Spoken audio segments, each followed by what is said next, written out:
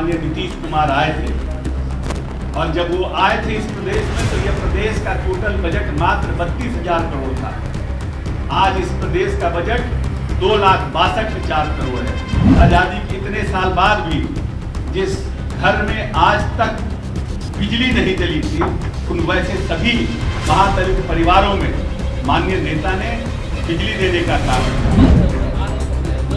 दरवाजा कोई खटखटाने जाएगा तब ना आप पूछिएगा कि दरवाजा बंद है। हमारे नेता उस तरह के नेता हैं जिनकी हर एक भाषण में आप ये सुनने को आपको मिलेगा अंत में कि बिहार को अगर आगे बढ़ाना है तो मिलजुल के रहना है, भाईचारे के साथ रहना है, मिल्लत के साथ रहना है, तभी हमारा बिहार आगे बढ़ेगा। उनके कल्याण के लिए था, खास करके हमारे बिहार में था, जैसे जगजीवन राम छात्रवृत्ति योजना, उसको समाप्त करने का लोगों ने काम किया। और आज क्योंकि ये एक बड़ा वोट बैंक है, इसकी आबादी बड़ी है इस प्रदेश में, तो उस वोट बैंक को प्राप्त करने के लिए सब लोग नई नई बातें करने का काम कर रहे हैं। हम तो ये कहते हैं कि माननीय नेता ने न सिर्फ इस प्रदेश के नौजवानों को शिक्षित किया, 25,000 प्राथमिक विद्यालयों का निर्माण कराया महादलित टोलों में। 10.5% बच्चे स्कूल के बाहर थे जब माननीय नीतीश कुमार आए थे, और जब वो आए थे इस प्रदेश में तो यह प्रदेश का टोटल बजट मात्र 32,000 करोड़ था। आज इस प्रदेश का बजट 2,62,000 करोड़ है, जो इस बार वित्त मंत्री विजय चौधरी जी ने विधानसभा में पेश किया है। तो यह इस बात को प्रमाणित करता है कि जिस व्यक्ति के पास नीयत होती है, जिस व्यक्ति के पास सोच होता है, जो व्यक्ति दूरदर्शी होता है, वह न सिर्फ बजट का प्रावधान करता है, न सिर्फ उसको जब योजनाओं का निर्माण करता है, बल्कि उसको जमीन पर उतारने का काम करता है। प्रदेश के तमाम इलाकों में जहां सुदूर आज़ादी के इतने साल बाद भी जिस घर में आज तक बिजली नहीं जली थी, उन वैसे सभी महादलित परिवारों में माननीय नेता ने बिजली देने का काम किया।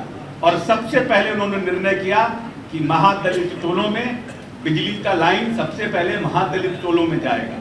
और जब हर घर नल और जल का उन्होंने निर्णय किया, नली गली का निर्णय किया, उन्होंने ये निर्णय किया कि सबसे पहले महादलित टोलों में इसका काम शुरू होगा।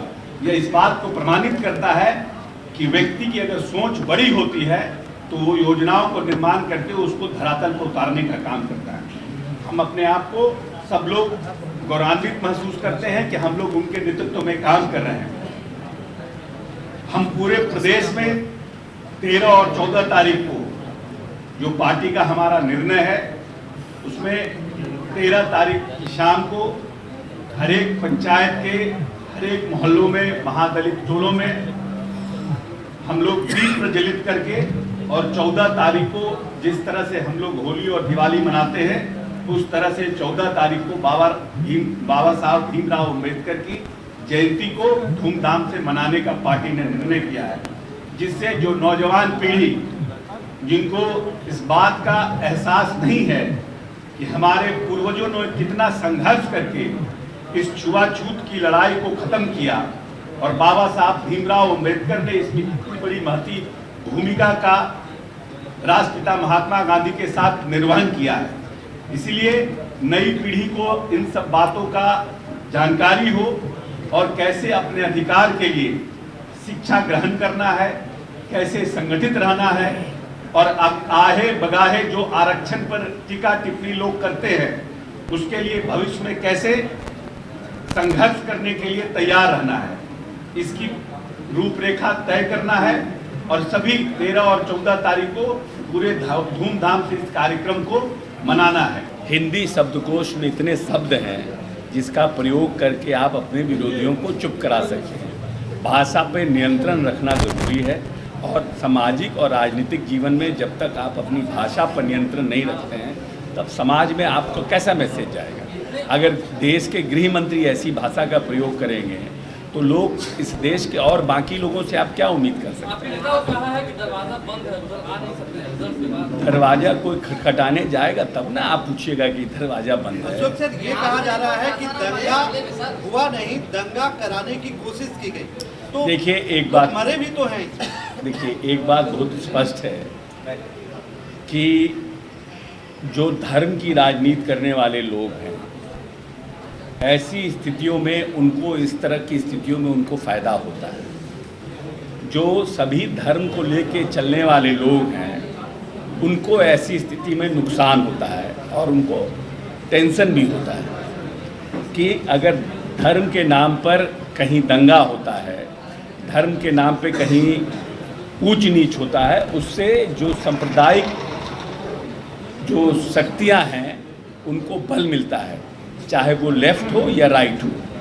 हम लोग वैसे लोग हैं, हमारे नेता उस तरह के नेता हैं जिनकी हर एक भाषण में आप ये सुनने को आपको मिलेगा अंत में कि बिहार को अगर आगे बढ़ाना है तो मिलजुल के रहना है, भाईचारे के साथ रहना है, मिल्लत के साथ रहना है, तभी हमारा बिहार आगे बढ़ेगा। सुशील मोदी का इंतजार पूरा देश कर रहा है, क्या नीतीश कुमार अगले प्रधानमंत्री? सुशील मोदी भी इसमें कहे हैं कि हसीन सपने देख रहे हैं नीतीश कुमार जी लाल किला पे।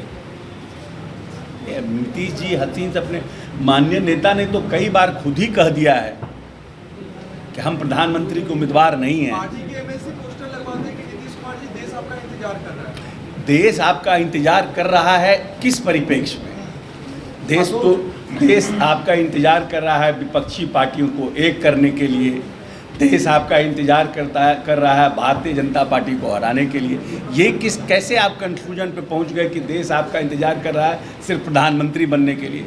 महात्मा गांधी तो देश के प्रधानमंत्री नहीं बने, न राष्ट्रपति बने, देश के नेता थे।